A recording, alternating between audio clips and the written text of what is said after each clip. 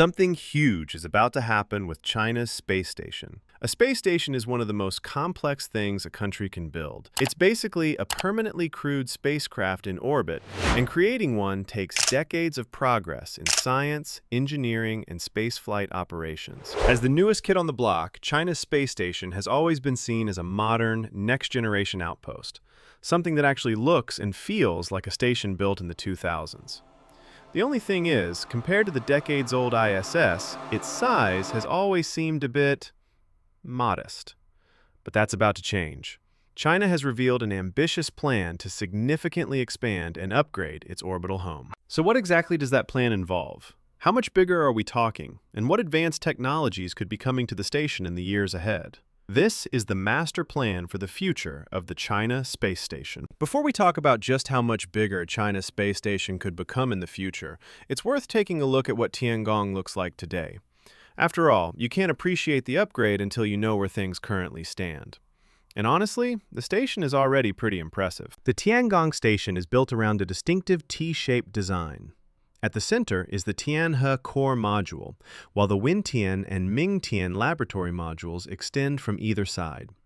Tianhe serves as the heart of the station, handling command control, living quarters, and key support systems. It measures about 16.6 meters long and 4.2 meters in diameter. The Wintian and Mingtian modules are each slightly longer at 17.9 meters, giving the station additional laboratory space for scientific research and technology experiments. Both laboratory modules bring unique capabilities to the station. Wintian features its own airlock for spacewalks and even carries a small robotic arm mounted on the exterior. Mingtian, meanwhile, is optimized for scientific payloads and includes deployable external platforms that allow experiments to be exposed directly to the space environment. The station also has multiple docking ports that allow spacecraft to visit and support operations. The forward port is primarily used by crewed spacecraft and could eventually host the Zhunqian Space Telescope, while the rear port is mainly reserved for cargo vehicles. A radial docking port provides another location for visiting crewed spacecraft, giving the station flexibility as traffic increases. But Tiangong is more than just its modules. Under the hood, it's packed with some surprisingly advanced technology. The station uses a combination of control moment gyroscopes and traditional rocket thrusters to maintain its orientation in space. It is also equipped with a propellant refueling system and became the first space station in the world to use Hall-effect electric thrusters as part of its operations. Power comes from large, flexible solar arrays that generate electricity for the entire complex. To support long-duration missions, Tiangong includes a sophisticated life support system that recycles resources and helps reduce the amount of supplies that need to be launched from Earth. One of the station's most impressive features is its robotic arm system. Tiangong operates both a large and a small 7-joint robotic arm equipped with cameras, sensors, and force feedback systems that allow them to assist with maintenance experiments and even moving spacecraft components around the station. For the astronauts living on board, the station offers more than 110 cubic meters of habitable space, along with dedicated facilities for work, exercise, and daily life. Combined with its modern systems and advanced technology, Tiangong is already a highly capable orbital laboratory, and it's only expected to grow from here. Tiangong was built around a highly integrated design philosophy. Rather than treating each module as a largely independent unit, China designed the station so that its guidance, navigation, power, communications, thermal control, and life support systems all work together as a single coordinated network. Resources can be shared across the station, improving both efficiency and reliability while reducing unnecessary duplication of equipment. The station makes extensive use of advanced technologies and automation. Several major systems were being used by China in orbit for the very first time, including its robotic arm system, regenerative life support technology, and large flexible solar arrays. These are all technically challenging systems, but they allow the station to operate more efficiently and with less dependence on frequent resupply missions. Tiangong also incorporates a high degree of automation, reducing the workload on astronauts and allowing many routine tasks to be handled by the station itself. So Tiangong is already a pretty impressive space station. It's supporting crews, hosting scientific experiments, and operating as China's permanent outpost in orbit. So what could possibly make it even better?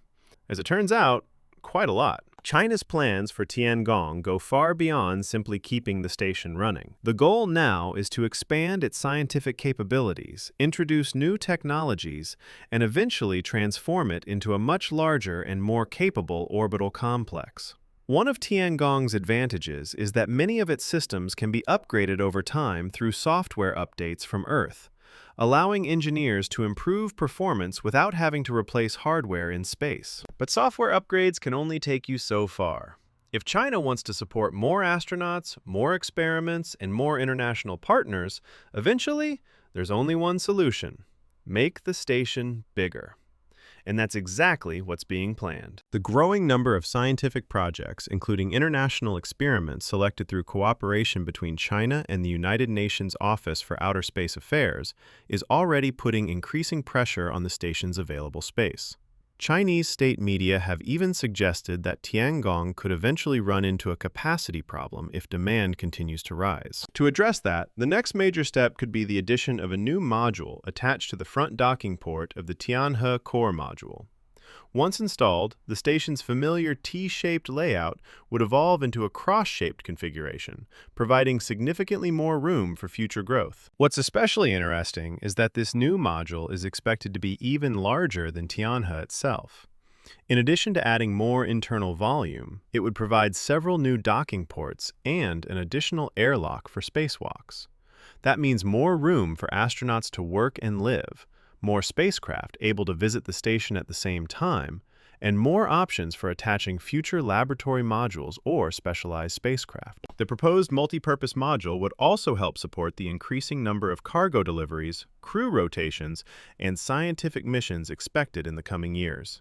In many ways, it would act as a new hub for the station, giving Tiangong far more flexibility than it has today. Of course, launching a larger module requires a more capable rocket. That's why engineers are reportedly working on upgrades to the Long March 5B launch vehicle, including a larger payload fairing and improvements that would increase its lifting capability. Those upgrades would allow China to launch the bigger modules needed for the next phase of the station's expansion. Tiangong could also function as an orbital service hub in low Earth orbit. One example is the planned Tiangong Space Telescope, which is expected to operate in a similar orbit to the station. This arrangement would allow astronauts and robotic systems to potentially inspect, maintain, upgrade, or service the telescope when needed. Designers are also improving the space station's robotic arm to handle a wider range of more complex operational tasks. But adding more modules isn't the only thing China has planned for Tiangong. The station could eventually become a true service hub in low Earth orbit. One of the best examples is the upcoming Tiangong Space Telescope, which is expected to operate in a similar orbit to the station. Instead of being left completely on its own, Tiangong could periodically receive inspections, maintenance upgrades, or even repairs from astronauts and robotic systems based at Tiangong. That would give the telescope a level of long-term support that very few space observatories have ever had. At the same time, engineers are continuing to improve the station's robotic capabilities. Future upgrades to Tiangong's robotic arms are expected to allow them to perform a wider range of tasks and handle increasingly complex operations. These systems could play a major role in maintenance work, module installation, spacecraft handling, and even the assembly of large structures in orbit. Once expanded, Tiangong would grow from its current mass of roughly 70 tons to around 180 tons, more than doubling the size of the station.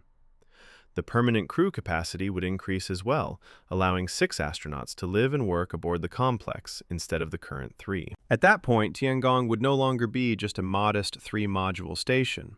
It would become a much larger orbital research center, capable of supporting more astronauts, more experiments, more visiting spacecraft, and potentially even the construction and servicing of other major space assets in Earth orbit. Interestingly, Tiangong's planned expansion comes at a time when the future of low Earth orbit is about to change dramatically. The International Space Station is currently expected to retire around 2031. To prepare for that, NASA has selected Spacex to develop the U.S. D-Orbit vehicle, which will help guide the ISS into a controlled re-entry at the end of its life and reduce the risk to people and property on the ground. But while NASA is planning for the ISS's retirement, It's also figuring out what comes next. Unlike previous generations of space stations, the agency hopes that the next orbital outposts will be built and operated by private companies, with NASA acting as a customer rather than the owner. However, that wasn't always the plan. Earlier this year, NASA proposed a different approach after growing concern that the commercial space station market might not be developing quickly enough. The agency suggested building and owning a central core module in orbit, with private companies attaching their own modules to create a larger, shared station. NASA believed this could provide a safety net and reduce the risk of a gap between the retirement of the ISS and the arrival of fully commercial stations. The concern was understandable. Building a space station is incredibly expensive, and there is no guarantee that enough customers will exist beyond NASA itself. If the business case turned out to be weaker than expected, some commercial stations could struggle financially. From NASA's perspective, a government-owned core module could help stabilize the market while it matured. But the companies developing these future stations strongly disagreed. Companies like Axiom Space Vast and Starlab argued that NASA was trying to fix a problem that didn't actually exist. They believe there is already sufficient demand from governments, research institutions, private astronauts, and commercial customers to support one or more commercial stations. More importantly, they worried that a NASA-owned core module would effectively create an ISS 2.0, keeping the government at the center of low Earth orbit and slowing the growth of a truly competitive commercial marketplace. It appears those arguments were persuasive.